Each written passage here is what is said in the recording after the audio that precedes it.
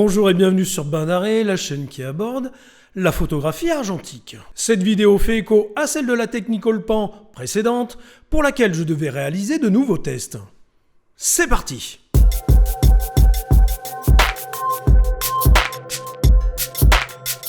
Si tu n'as pas regardé la vidéo sur la Technicolor Pan, je te conseille de la visualiser avant celle-ci, afin de mieux appréhender ce qui va suivre. Petit rappel, la Technicolor est un film de 25 ISO, discontinué en 2004, qui avait la réputation d'être difficile à exposer et que son développement nécessitait un soin particulier. Dans la première vidéo, je trouvais que le film était surexposé. J'ai donc testé une nouvelle bobine.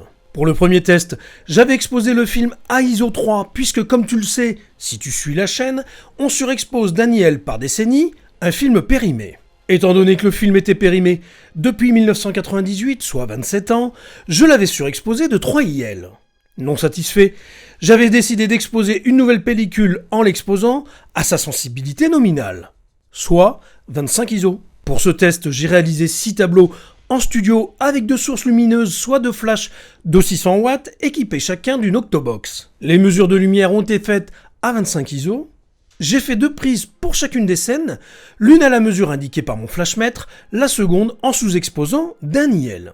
Pour ce qui est du développement, comme pour le premier test, j'ai procédé à un développement lent avec du Rodinal en solution 1+99 dans une eau déminéralisée à 20 degrés durant 1h03. Pour te donner une idée du rendu réel, j'ai fait un cliché de la scène avec un appareil numérique afin que tu comprennes bien la Technicolor Pan.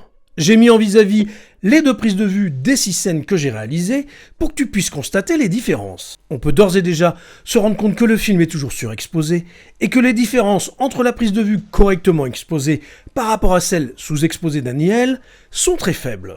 On peut en conclure que ce film périmé offre tout ce qu'il peut en l'état. Étant donné qu'il me reste un de ces films, je referai peut-être un nouveau test. Je pense le développer en semi-stem development, car je raccourcirai le temps de 50%. La vidéo de ce second test touche à sa fin.